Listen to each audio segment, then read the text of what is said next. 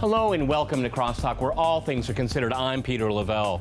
Many in the West believe the destiny of the human race is to embrace Western liberal democratic values. This may or may not be true. This partially explains why Washington and its allies are so willing to overthrow governments around the world, even if they're democratically elected. And their favorite tool is the NGO.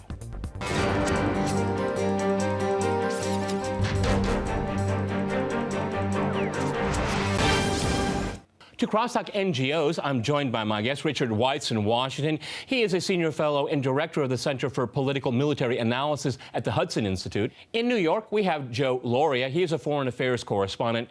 And in London, we cross to Ken O'Keefe. He is a political analyst and ex-U.S. Marine who renounced U.S. citizenship. All right, gentlemen, CrossTalk rules. In fact, that means you can jump in anytime you want. Richard, if I go to you first in Washington, about a week or so ago, Jen Psaki, in her daily briefing at the State Department, said very directly that the United States has a long tradition of not supporting coups and forced regime changes. I'm paraphrasing right now, but you get the point. And there were quite a few chuckles in the audience there at the press corps. Tell me, why does the State Department say things like that when we all patently know it's not true? Why go through the motions like that? Well, what I think she was trying to say was that the U.S. has a long history of supporting democratic transitions and democracy throughout the world. And that is true. It goes back to perhaps the founding fathers or founders of the Constitution, but particularly in World War I, when President Wilson described one of the objectives of the war was to promote democracy. That was a new introduction into the peace terms, hadn't been there before. U.S. recoiled a bit in the 1920s. And then the Cold War, that was a strong theme under certain presidents. You, of course, recall President Reagan, some of his speeches. And President Carter, a bit more focused on human rights. And so that idea of promoting the spread of democracy, promoting the human rights, civil liberties based on Western models that are considered universal has been long-standing, and so I think that's how I would interpret her statement. Okay, but then I guess she didn't say it very well, because the press corps, usually that I call the Union of Stenographers, even they had a little bit of a chuckle there. Ken, if I can go to you, when I look at what happened in Ukraine, for example, the forced regime change that we saw in February of last year, you know, when I look at people like Victoria Nuland and her people around her, they talk about these very liberal ideas, but they use the most illiberal measures to get what they want. Yeah, I have to go back to your last guest. It's absolutely absurd to say that the United States has supported popular democracy around the world. In fact, we see that if that actually occurs, if there is even a semblance of democracy in any kind of protest movement or any kind of revolution, it is only if it's convenient for U.S. purposes that we will tolerate it, because quite frankly, we have no interest in the interests of the people around the world being represented. We do, however, have a strong interest in maintaining dictatorships and other such fake democracies that will cater to U.S. policy. We see, of course, people like Suharto, Pinochet, or even Saddam Hussein as perfect examples of people who are about as undemocratic as you get, and yet they were best friends and allies. We support them with weapons and other such nonsense to be able to carry out the will of the tyrants, not the people. So the idea that the United States has been carrying out policy for the benefit of people around the world is an insult to the intelligence of all of us who can see what's actually happening. Okay, Joe, do you want to weigh in there? Because again, we hear the rhetoric on one side and the reality on the other, and it is so completely divorced from one another. And we just can go back to the Pentagon Papers all the way to the present. I mean, these are not secrets here, and that's one of the reasons why I wanted to do this. Because when I listen to Jen Psaki, I can understand how Richard can interpret it and other people, but it seemed patently hilarious that she would say that, particularly when they were talking about Venezuela at the time. Well, look, if you take away the real motive, I believe, for the U.S. overthrowing governments, which is essentially economic, then you're left with the rhetoric that they are spreading democracy. Fact is, go back to 1953 in Iran. It was 1776 in reverse. They overthrew a democratically elected Republican government to reinstitute a monarchy. Next year in Guatemala, of course, there were both economic interests, oil in Iran and agriculture in Guatemala. And the main, in 1973 in Chile, in Pinochet, was Allende, another democratically elected president, was overthrown, and Pinochet was installed, and Milton Friedman from the Chicago School went down there and worked with him. This was the model to try to institute this neoliberal economic system, which is at the heart of all of the regime changes we see. And whether it's a dictator or a democratically elected official, it doesn't matter to the U.S. What is important is whether they get with that economic program or not. And what is that program? This neoliberal program is designed to help Western elite interests and local oligarchs and completely destitute the local populations. The IMF, which started out with a noble cause of supporting currencies, by the 1980s took on this neoliberal program. It became the instrument to install this system by privatization, deregulation, and getting rid of social safety net.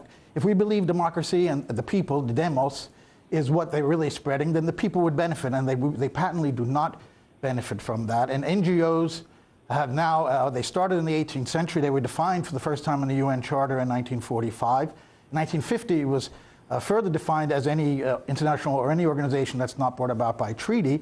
It was only after the Church Committee in the 70s started to uncover and make public some of the dirty tricks that the CIA had been doing that we now use. They started to use the NGOs. And I want to point out a very important article that David Ignatius wrote in the Washington Post in 1991, which openly said that the National Endowment for Democracy, where government money was being used to pay for NGOs, was now doing what the CIA used to do covertly, regime change. It's out in the open. No, Richard, I have to agree with what we just heard there. Is one of the interesting things, though, is it went from the CIA to the State Department. The State Department was much more activist in how it deems governments that the U.S. government likes or does not like. But, I mean, go again with this democracy promotion. Again, I mean, give me the feel in Washington. Do they really believe this? Because it does seem like it's a tool. It really pulls the wool over people's eyes because they think we're doing a good thing. But a lot of people on the ground would say, like Libya, for example, and I could go on for many, many other countries here, that doesn't really work out. Spreading democracy, it doesn't happen that way. Usually it's indigenous, not from external forces. Yeah. You packed a lot of good ideas in there, and that's because the people who are strongly committed to democracy promotion represent a surprisingly diverse range of groups. It's one of the few areas, for example, where the neocons and the traditional liberals can agree on. But they also, you can start breaking it apart a bit about why they're doing this and how relative they consider the importance of democracy promotion as opposed to other values. So they're basically, I say, maybe two broad groups. They're those people who think that democracy promotion is good in itself if it's successful, that the more democracies you have in the world, the less likely you'll have conflict. I mean, we're all familiar with the democratic peace theory that democracies in power are less likely to go to war because then their people will take out on them because of the higher costs and the other problems with going to war, who generally presumes people are peaceful. And then there's the other group who says democracy promotion is really good for the U.S. because democracies tend to align with the U.S. We were considered ourselves the best democracy in the world, or at least a leading light of democracy. And if we have more democracies, they will naturally tend to led by Democrats, they will naturally tend to gravitate towards the U.S. Those are the strongest schools. So the third thing you mentioned, which is also very important, is democracy promotion is very difficult. It often does not work. Sometimes it backfires. Your guests have mentioned some of the Cold War efforts to roll back regimes that could have evolved democracies into something the U.S. was more comfortable with, less democratic regimes. But you can cite counterexamples, in particular, the one often cited is Iran, in which the U.S. tried to get rid of a bad government, the Shah, who was not doing well, and ended up with what people think to be worse. Government in terms of its respect for democracy and human rights. And so people understand it's very difficult, and it's often not a priority in practice in each operation. I mean, it's always going to be listed as a factor in any budget submission for an agency knowing that they're going to promote democracy and human rights, but it's often not their highest value, and so it often will get displaced by something else. Okay. Ken, if I can go to you, often they don't ask the people on the ground either. Going back to Francis Fukuyama, I mean, there's still this belief that, the natural state of man is a American liberal Democrat or something like that. And, if that is true, but let's assume it is, why is the U.S. always pushing events ahead of their time? If that's our natural state, why don't we just be more patient? Well, there's a couple things. First off, the United States, I have to repeat, is not seeking popular democracy. That would be to the benefit of the people, not the people who are running the world. There's two very diametrically opposed interests here. So the idea that America seeks popular democracy in which people who live in the lands that we wish to have influence with will protect their natural resources, that there'll be a fair distribution of wealth, and that ultimately the sovereignty of the nation will be protected and considered sacrosanct is beyond absurd, a total insult. Secondly, let me just say that I'm not a big fan of democracy as this whole popularity contest of democracy. Democracy requires intelligent public, and if it doesn't have that, it is a disaster. Many of the founding fathers said this as well. So the idea that democracy is the sacrosanct, the pillar of civilization is ridiculous. All right, Ken, I'm going to have to jump in here. We're going to go to a short break, and after that short break, we'll continue our discussion on NGO. Stay with RT.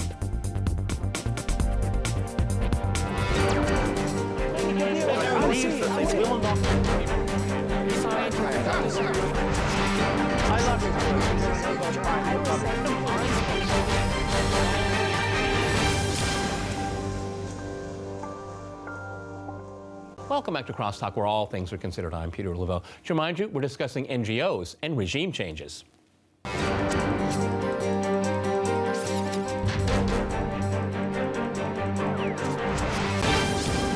Okay, Joe, I'd like to go to you. This week, we made a program on the American pivot, Pacific pivot. And one of our guests said one of the reasons why it's necessary is to protect human rights. And I didn't interrupt the guest because she had a lot to say. But I just thought it was really quite remarkable that how can people really believe that? When you have Abu Ghraib, you have Guantanamo Bay, you have black sites, you have we tortured some folks.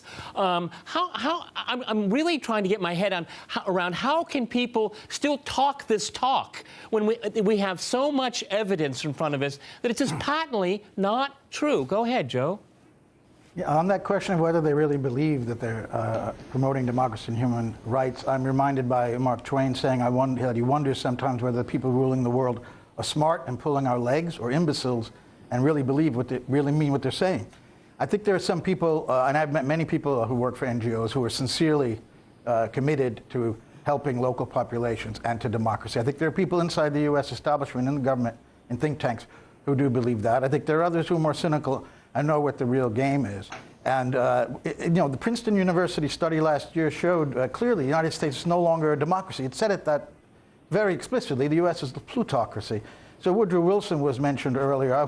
I would just change his slogan that they were making the world safe for democracy to making the world safe for plutocracy. That is, unfortunately, what the U.S. has in many ways become, and that is then going to be the system that they're exporting everywhere else. But the American people will not accept that. They will only accept if we're the good guys and we're spreading democracy. So that is the rhetoric. I think it's believed by a lot of people. I think the Western mainstream media, many reporters believe that. They don't understand the real neoliberal economic model that's being pushed. It's not reported on. So you're left with this, we're spreading democracy, and Psaki saying we do not overthrow governments. And fortunately, some reporters did laugh in the we did recently a program that looking at questions of the mainstream narrative, and the topic was basically Ukraine. But let me spread this out here, Richard. Let me be counterintuitive and a bit provocative here. Why doesn't Washington say we're going to do what we want to do because we can do it? We have the strength to do what we want, because essentially that's what it gets down to at the end of the day. Because looking around the world, Americans and a lot of people in the West live in a very strong bubble. It's an echo chamber. But if you go around the world, a lot of people say, oh yeah, democracy promotion. Yeah, I heard that one before. But people are far more cynical about it and don't believe that the West today is full of such good intentions. I think that, as you know, that echoes the Thucydides line. The weak do what they want, and the strong do what they want, and the weak do what they can. It's the great power pretty much can do what it wants until it encounters other great power. And there are cynics all over the world. There's that Russian occupier video that was released saying, Russia can, Russia can go and occupy neighboring countries, and it does that sometimes to help them, but that's just its vocation. And that was obviously a parody for everyone's amusement.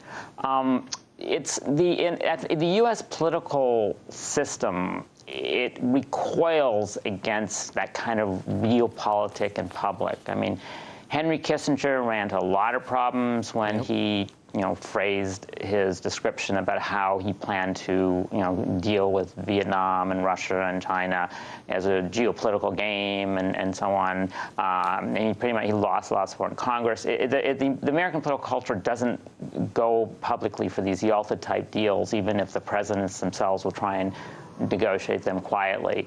So I don't think the U.S. could say, well, our goal is to use the principles and policies designed to promote democracy as a means to overthrow governments that may be democratic but we disagree with, and replace them with governments that are less democratic and more pro-U.S. But Richard, doesn't that lower the value of democracy itself? Saying, well, you voted for this guy, but we don't like him. I mean, that just reeks of hypocrisy. I mean, you know how people see that. Well, the thing is,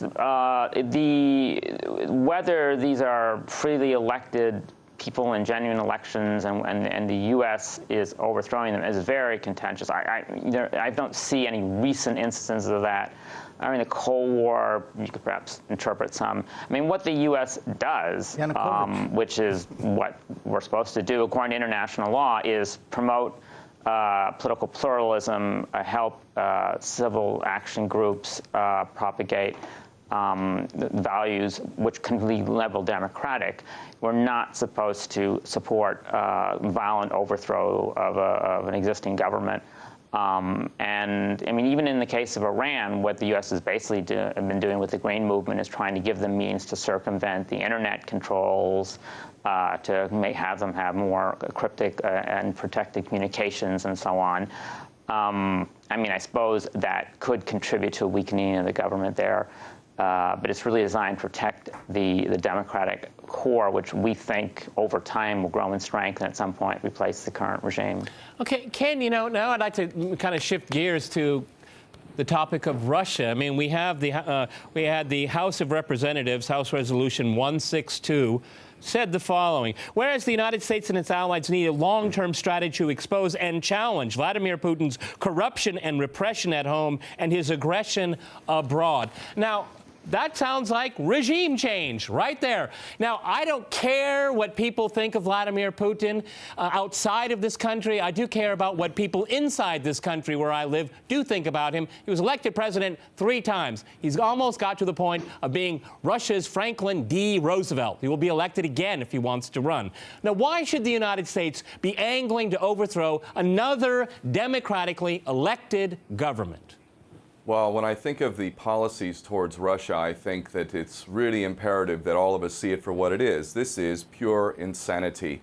We are picking a fight with a nuclear-armed state which has a strong history of fighting. It will not bow to anyone, and Putin has said this very clearly. Perhaps that is the reason why, because Russia and Putin will not bow. This is an extremely dangerous game where we get people like Victoria Nuland repeating the lie that Russia is responsible for shooting down a Malaysian airline flight and that it's constantly invading Ukraine and that the Crimeans were forced into submission to Russia. All of this is coming from top levels of the U.S. government, and it begs the question, are these people truly as stupid as they are presenting themselves? I don't believe that for 1 second.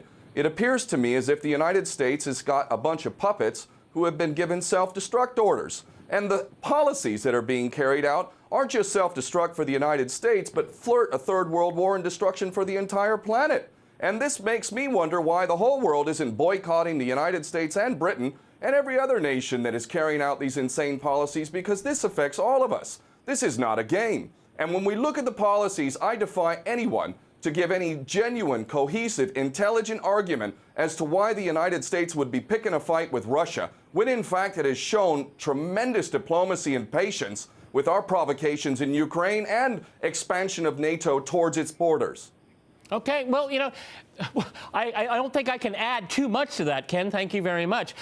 Joe, and this really gets down to, we have a very different narrative right here. And where is the element of democracy? You know, every time I talk to Western journalists, I talk about what happened on the Maidan on February 22nd, 2014. And they all just glass over. They don't want to hear it. When I ask them, well, what happened in Odessa? Did these people really burn themselves alive? And then we have, you know, MH17. Well, unfortunately, last week, there was that German airplane that went down. They found out what was in that black box within 24 hours, 36 hours. MH17. What happened to those black boxes? Nobody wants to talk about that narrative here because it would undermine Washington's narrative that the government in Ukraine is legitimate, or at least had legitimate origins. But they don't want to talk about that. Well, first on that Malaysian plane, you know, everyone forgets the Americans accidentally shut down an Iranian airliner, and they apologized and paid reparations. And within a day, no Western official at the UN, where I'm based, said anything about it being an accident. They said it was a crime. So that was certainly a jump to conclusion there. But, you know, your guest in Washington earlier said there's no recent example of the U.S. overthrowing a democratically elected leader. I mean, the OSCE certified the election of Viktor Yanukovych. Now, you could say he was corrupt, and there was popular discontent against him. There will be in any democracy, and I think that the U.S., when they use NGOs, local NGOs, are not necessarily starting from scratch. There's going to be some popular uprising or protest that they then help guide. And while there's no direct evidence that the U.S. had connections with any of the extreme right-wing groups that violently drove Mr. Yanukovych out of Kiev, there certainly were these extremists, and he did leave because he feared for his life. But the narrative you hear from the West is he just left. Well, you know, last week in Yemen, President Hadi just left, or was that a coup? He went on a boat and left Aden, and they're saying that's a coup. I thought he just left, like Yanukovych did. So when it's their guy, it's a coup, and when it's the guy they want to really get overthrown, he just left. Now, as you know, I mean, about as far as Russian invasions of eastern Ukraine, I want to see some real hard evidence of that. There are satellites photographing every inch of eastern Ukraine. We saw Poroshenko holding up 6 passports. That was supposed to be the evidence. He said Nemtsov was assassinated because he was working on a report to prove that Russia had invaded. And I mean, and the OSCE leader now said that the U.S. shouldn't arm the Kiev authorities because Russia could get more involved. So I thought they already were involved. You know, I think back to the early 60s when Kennedy was sending money, arms, spies, equipment to Vietnam. But it wasn't until Johnson landed troops in Vietnam that the U.S. was seen to have invaded Vietnam. And then Joe, let me give Richard the last word here. Richard in Washington, is there a master plan for all of this in Ukraine? Are we going down the path of real confrontation, Russia and the United States? No, I think more it's still largely reactive of everybody. I mean, I think that it's not clear to me that the Russian government has decided to what extent it wants to support the separatist ambitions. I mean, whether the ceasefire will hold. It's not clear to me how much financial support and other support the Western powers will give the Ukrainian government, and without that, its time is limited. We're still unclear about whether whatever definition we're going to use, as democracy will take shape in Ukraine. There's still a lot of internal infighting. On that note, Richard, I'm going to have to jump in here. We've run out of time. Fascinating discussion. Many thanks to my guests in Washington, New York, and in London. And thanks to our viewers for watching us here at RT. See you next time, and remember, CrossTalk rules.